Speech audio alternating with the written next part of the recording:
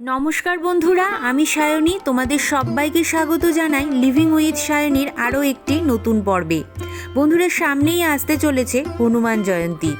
হনুমানজি হলেন রুদ্রাবতার। তিনি অদম্য শক্তি, ভক্তি এবং জ্ঞানের স্বরূপ। তিনি হলেন পবনপুত্র, আবার অঞ্জনী নন্দনও। চৈত্র মাসের শুক্লপক্ষের পূর্ণিমা তিথিতে পালিত হয় হনুমান জয়ন্তী, যা রামনবমীর কিছুদিন পরেই আসে।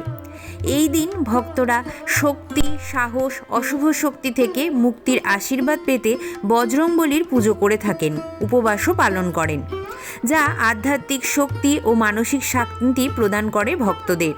হনুমান হলেন শ্রীরামচন্দ্রের পরম ভক্ত। তিনি আমাদের শেখান কিভাবে ঈশ্বরের চরণে আত্মনিবেদন করতে হয়। এই ব্রত করলে অসীম সাহসের অধিকারী হওয়া যায় এবং জীবনের সমস্ত বাধাবিঘ্ন দূর হয়, সংকটমোচন হয়, নেতিবাচক শক্তি দূরীভূত হয় এবং ভক্ত জ্ঞান ও বুদ্ধির প্রকাশ ঘটায় নিজের জীবনে। চলো বন্ধুরা, আজকের ভিডিও থেকে আমরা জেনে নেব হনুমান জয়ন্তীর দিন আমরা কিভাবে সহজ সরলভাবে হনুমানজির পূজা করব গৃহে, তার সঙ্গে এই বছরের সময়সূচি, এছাড়াও কিছু খুঁটিনাটি তত্ত্ব এবং তার সাথে বলে দেব একটি খুব সহজ সরল টোটকা যা পালন করলে তোমরাও আর্থিক কষ্ট দূর করতে পারবে অনায়াসেই।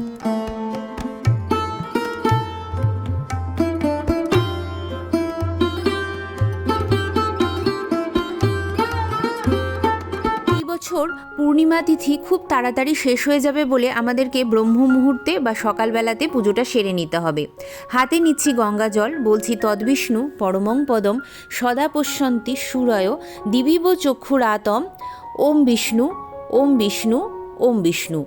এরপরে হাতে আবারও একবার একটু গঙ্গা জল নেব এবং বিষ্ণু স্মরণ করে নেব।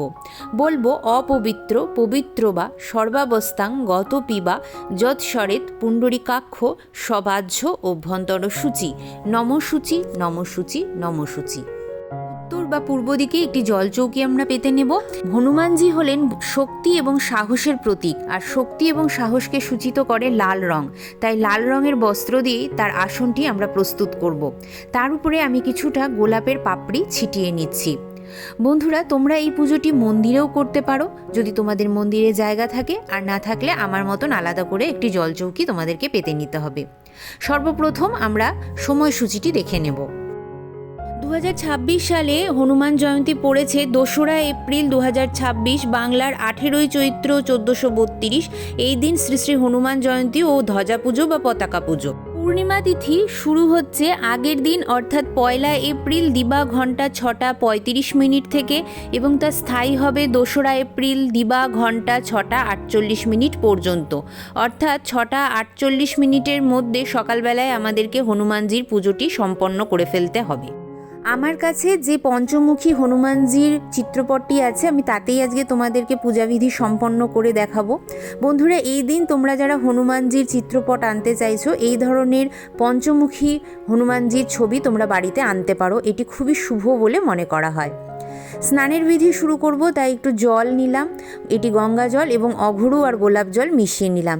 এরপর জয় হনুমানজি মন্ত্রটি বলতে বলতে আমি হনুমানজির চিত্রপটটি মুছিয়ে নিচ্ছি। এখানে আমি কিছুটা পরিমাণ মেটে সিঁদুর আর চামেলি তেল একসাথে গুলিয়ে নিয়েছি। এই দিয়ে আমি ঠাকুরের আজকে তিলক করব। এটির একটি মাহাত্ম্য আছে।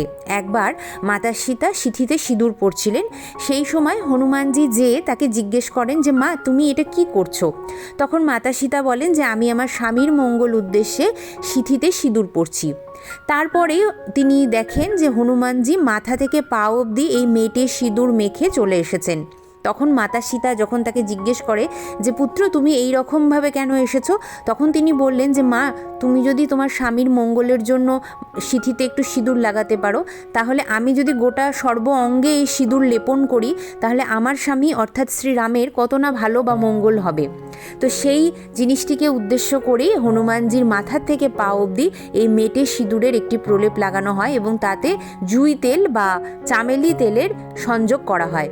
এই মেটে সিঁদুর এবং চামেলি তেল তোমরা দশকর্ম ভাণ্ডারে পেয়ে যাবে। আমি হনুমানজির ললাটে মেটে সিঁদুরের তিলক করে নিচ্ছি।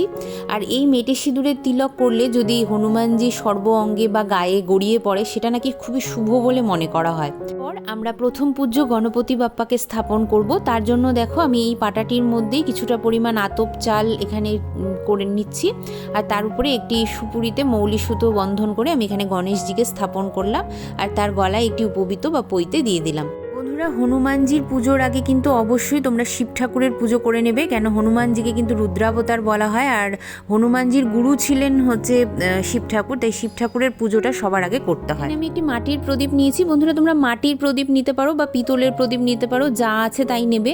তাতে আমি মেটে সিঁদুরের 5টা তিলক করব। তোমরা মেটে সিঁদুর না পেলে লাল সিঁদুর দিয়েও এই তিলকটা করতে পারো। 3টি করতে পারো, 5টি করতে পারো বা 9টি করতে পারো। আর তার মধ্যে আমি একটি সলতেতে লাল রং করে নিয়েছি সিঁদুরের দ্বারা। তোমরা যদি লাল সলতে পেয়ে যাও এই দিন তাহলে নেবে, না হলে আমার মতন এরকম রং করে নেবে সিঁদুর দিয়ে। সিঁদুর না থাকলে এমনি লাল রং দিয়েও তোমরা এটা লাল রং করতে পারো। আর তার মধ্যে দিচ্ছি চামেলি তেল। চামেলি তেল না পেলে বন্ধুরা ঘিয়ের প্রদীপ জ্বালতে পারো, কিন্তু ঘিয়ের প্রদীপের মধ্যে কিন্তু 2টি এলাচ আর 2টি ফুলযুক্ত লবঙ্গ ফেলে দেবে। এরপর আমরা হনুমানজির একটু আরতি করে নিচ্ছি। অগ্নিদেব আমাদের আহ্বানে আমাদের গৃহে এসেছেন, আমাদের পুজোর সাক্ষী থাকছেন, তাই তাকে একটু পুষ্প নিবেদন করে দিলাম। এখানে আমি কিছুটা গোলাপের পাপড়ি দিচ্ছি, আর ঘরের বাতাবরণকে সুভাষিত করার জন্য আমি একটি গোলাপের গন্ধযুক্ত ধূপ জ্বালিয়ে নিয়েছি। হনুমানজিকে আমি এখানে একটি উপবীত নিবেদন করছি। আর এই দিন হনুমানজিকে অনেকেই ধুতি নিবেদন করে থাকে, বস্ত্র নিবেদন করে থাকে, তবে যারা আমরা পারবো না এরকম মৌলি সুতোতে একটু গোলাপের আতর লাগিয়ে নিয়ে সেটা আমরা হনুমানজির গলায় পরিয়ে দেব। বন্ধুরা, হনুমানজির পুজোতে এমন কিছু আহামরি কিছু লাগে না। তোমরা এই পুজোটি কিন্তু মন্দিরে যেও করতে পারো, অথবা বাড়িতে করলে আমার নিয়মে করতে পারো। হনুমানজির পুজোতে প্রথমেই বললাম লাল রঙের ব্যবহার ভীষণভাবে হয়, তো আমি এখানে একটু জবা ফুলের মালা নিয়ে নিয়েছি। আর এই দিন 5টা গোলাপ ফুল হনুমানজির পায়ে আমি নিবেদন করব, কেন এটা খুব শুভ বলে মনে করা হয়। তোমরা যদি গোলাপ ফুল না পাও তাহলে 5টা জবা ফুলও নিবেদন করতে পারো। আর যারা কোনো ফুলই পাবে না তারা এই কমলা রঙের ফুল দিয়েও পুজো সম্পন্ন করতে পারো। একদম সহজ সরলভাবে বলে দিচ্ছি বন্ধুরা, এইভাবে তোমরা করতে পারো। এই দিন অনেকেই ধ্বজা পুজো করে, তবে ধ্বজা পুজোটা আমি বলবো যে তোমরা মন্দির থেকে যদি করিয়ে আনতে পারো কোনো ব্রাহ্মণ সিদ্ধ পুরুষকে দিয়ে তাহলে খুবই ভালো হয়। যদি সেটা না পারো তাহলে নিজেরাও করে নিতে পারো। এখানে দেখো আমি জয় শ্রীরাম লেখা 3টি পাতা নিয়েছি, এটা অশ্বত্থ পাতা, আর তার উপরে কিন্তু আমি চামেলি তেল আর মেটে সিঁদুর দিয়ে জয় শ্রীরাম লিখে নিয়েছি। এটা দিয়ে আমি একটা মালা তৈরি করব, করে পরাবো। তো তোমরা কিন্তু অবশ্যই এই মালাটি পরাবে। আর তোমরা যদি অশ্বত্থ পাতা না পাও আকন্দ পাতার মধ্যেও এই ক্রিয়াটি করতে পারো। এটাতে মানে ভগবান খুব বেশি সন্তুষ্ট হন, কেন তার প্রভুর নাম এখানে লেখা থাকে। তো এটা তোমরা করতে পারো। যদি মালা না বানাতে পারো অন্তত একটি অশ্বত্থ পাতা বা একটি আকন্দ পাতাতেও তোমরা জয় শ্রীরাম লিখে নিতে পারো। তা আমি এটা দিয়ে একটু পরে মালা বানিয়ে নিচ্ছি। একটা কথা বলে দিই বন্ধুরা, ধ্বজা পুজোটা তোমরা হয়তো দেখতে চাইবে, কিন্তু আমি আজকে ধ্বজাটা জোগাড় করতে পারিনি, কেন কি এখন হনুমান জয়ন্তী না, এটা আমি অনেক দিন আগে তোমাদেরকে পুজোর শ্যুটটা করেছি, যার জন্য আমি ধ্বজাটা পাইনি। তবে আমি যেটা করি, ধ্বজা পুজো করলে ধ্বজাটা এনে হনুমানজির যে মন্দির থাকে বা যে পাটাটাতে আমি বসিয়েছি সেখানে ধ্বজাটা হনুমানজির স্মরণ করে রেখে দিই, এবং পুজো হয়ে যাওয়ার পরে বাড়ির সামনে সেটা লাগিয়ে দিই। পুজোয় লাল চন্দন ব্যবহার হয়। এবার আমি উপবাসের নিয়মটি বলবো বন্ধুরা। এই বছর তো অনেক সকাল সকাল হনুমান জয়ন্তী পড়ে যাচ্ছে, যার জন্য আমাদেরকে একটু ব্রহ্ম মুহূর্তে উঠে এবার পুজোটা সারতে হবে। তারপর তুমি সব কিছুই খেতে পারো, চা খেতে পারো, তোমরা লুচি পরোটা খেতে পারো সারাদিনে, ডালিয়ার খিচুড়ি, সাবুর খিচুড়ি, ফল মিষ্টি সব কিছুই খেতে পারো। তবে যেহেতু এই দিনটা পূর্ণিমাটা ছুঁয়ে যাবে, তাই জন্য আমি বলবো অন্যের কিছু, অর্থাৎ ভাত মুড়ি চিড়ে এই ধরনের কিছু তোমরা খাবার গ্রহণ করো না। এখানে দেখো হনুমানজিকে মালাটা পরিয়ে দেওয়ার পরে কি সুন্দর লাগছে দেখতে।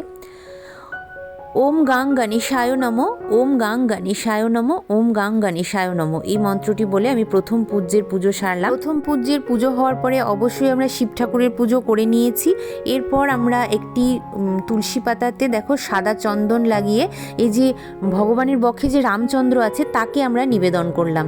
এবার এখানে আমরা রামচন্দ্রকে পুষ্পাঞ্জলি দিয়ে নিচ্ছি। শ্রী রামায় রামভদ্রায় রামচন্দ্রায় বেধসে রঘুনাথায় নাথায় সীতায় সীতায় পতয়ে নমঃ। এই মন্ত্রটি বলে আমরা শ্রী রামচন্দ্রের উদ্দেশ্যে একটি হলুদ ফুল আর তুলসীপত্র নিবেদন করছি। এরপর মনে মনে বলে নিচ্ছি ওম তেজস্বে নমঃ, ওম হাং হনুমতে নমঃ।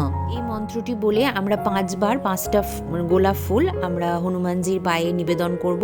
বন্ধুরা, হনুমানজির পুজোয় গোলাপ ফুল, লাল জবা ফুল এগুলো তো লাগেই। তোমরা যদি গোলাপ জোগাড় করতে না পারো তাহলে 5টা জবা ফুলও তোমরা হনুমানজির পায়ে এই দিন নিবেদন করতে পারো। এই সময় তোমরা পুষ্পাঞ্জলি মন্ত্র বলার পরে ভয়নাশক মন্ত্র, সংকটনাশক মন্ত্র এবং সুখ শান্তি লাভের মন্ত্র তোমরা পাঠ করতে পারো এবং প্রতি শনি মঙ্গলবার এটা পাঠ করতে পারো। আমি স্ক্রিনে মন্ত্রগুলো দিয়ে দিচ্ছি, তোমাদের যার যেটা অসুবিধা সেইভাবে কিন্তু তোমরা মন্ত্র উচ্চারণ করতে পারো। বন্ধুরা, তোমরা অনেকেই বলে থাকো যে হনুমানজি তো ব্রহ্মচারী, তাহলে কি কোনো নারী তার পুজো করতে পারবে? অবশ্যই বন্ধুরা, যদি তুমি বাড়িতে তাকে পিতা রূপে, সখা রূপে বা অভিভাবক রূপে এনে থাকো তাহলে তুমি তাকে পুজো করতে পারো। আমি হনুমানজিকে আমার বাড়িতে পিতা রূপে এনেছিলাম, তাই আমি সদা সর্বদা তাকে ছুঁয়েই পুজো করে থাকি। আর হনুমানজিও কিন্তু ভীষণভাবে প্রীত হন যদি কোনো নারী তাকে এইভাবে পুজো করে থাকেন।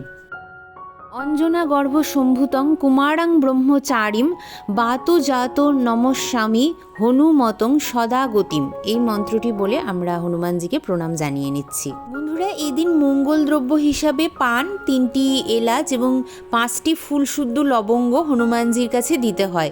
তো আমি সেটাই নিবেদন করছি। বন্ধুরা, এই দিন থেকে তোমরা সুন্দরকাণ্ড পড়তে শুরু করতে পারো, সেটা পড়তে শুরু করা ভীষণই ভালো। এই দিন তোমরা হনুমান চাল্লিশা পাঠ করতে পারো, রামচরিত মানস পড়া শুরু করতে পারো, সবটাই কিন্তু খুব ভালো বলে মনে করা হয়। এরপর আমাদের ভোগ নিবেদনের পালা। আমরা গুড় ছোলা নিবেদন করব এবং কলা। এটা হচ্ছে জীবনের সমস্যা থেকে মুক্তি ঘটায়, কর্মক্ষেত্রে উন্নতি নিয়ে আসে আমাদের এবং গ্রহ দোষ কিন্তু আমাদের দূর করে। সেই জন্যই আমরা গুড়, চানা আর কলার ভোগ দিই। এছাড়াও বোঁদের লাড্ডু বা মতিচুর লাড্ডু যেটা আমরা দিই সেটাতে মানসিক শান্তি, সুখ আমাদের কাছে আসে এবং বিবাহে যদি কোনো জাতক বা জাতিকার বাধা থাকে সেটা কিন্তু দূরীভূত হয়ে যায়। এছাড়াও অমৃতি হচ্ছে আমাদের বিশেষ কিছু যদি মনস্কামনা থাকে সেটাকে আমাদের ফলপ্রসূত করে এই অমৃতি। এছাড়াও বন্ধুরা, তোমরা ভোগে আপেল এবং বেদানা নিবেদন করতে পারো। এগুলো লাল রঙের হয় বলে মঙ্গল গ্রহকে শান্ত করে এবং স্বাস্থ্য আমাদের সুন্দর করে। কলা শুভ ফল, তাই কলা অবশ্যই তোমরা দেবে। আর হনুমানজির কলা ভীষণ প্রিয়। আর এরকম একটা চূড়া বিশিষ্ট নারকেল দেবে। নারকেল হচ্ছে শ্রীফল, এটা দেওয়া অত্যন্তই ভালো। তুমি মন্দিরে গেলে এই নারকেলটি রেখে আসবে এবং যদি বাড়িতে তোমরা পুজো দাও তাহলে নারকেলটি কিন্তু পূর্ণিমা তিথি পার হওয়ার পরে ভেঙে তোমরা প্রসাদ হিসাবে গ্রহণ করতে পারো।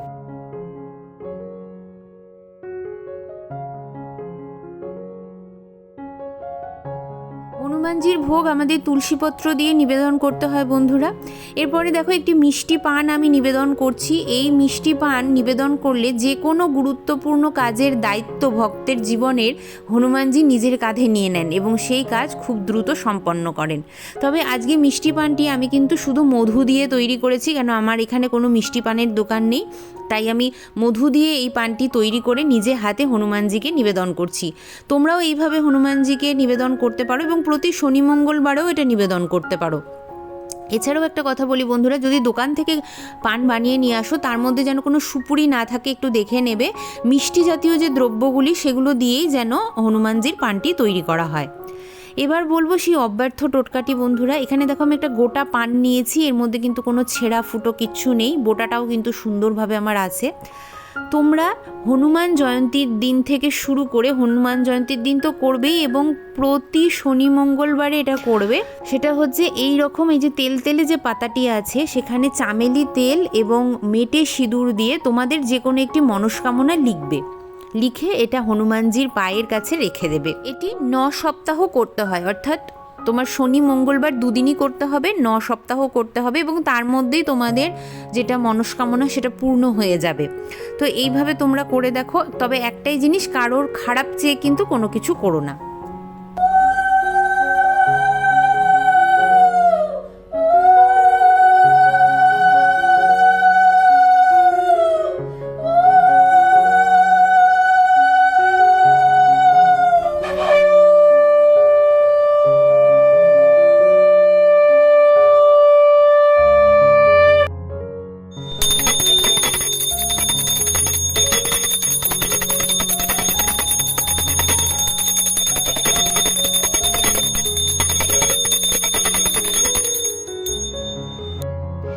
তারপর দেখো আমি এখানে হনুমান চাল্লিশা নিয়েছি, আমি হনুমান চাল্লিশাটা পাঠ করব। হাতে একটু গোলাপ ফুলের পাপড়ি আর তুলসী পাতা নিয়ে নিয়েছি।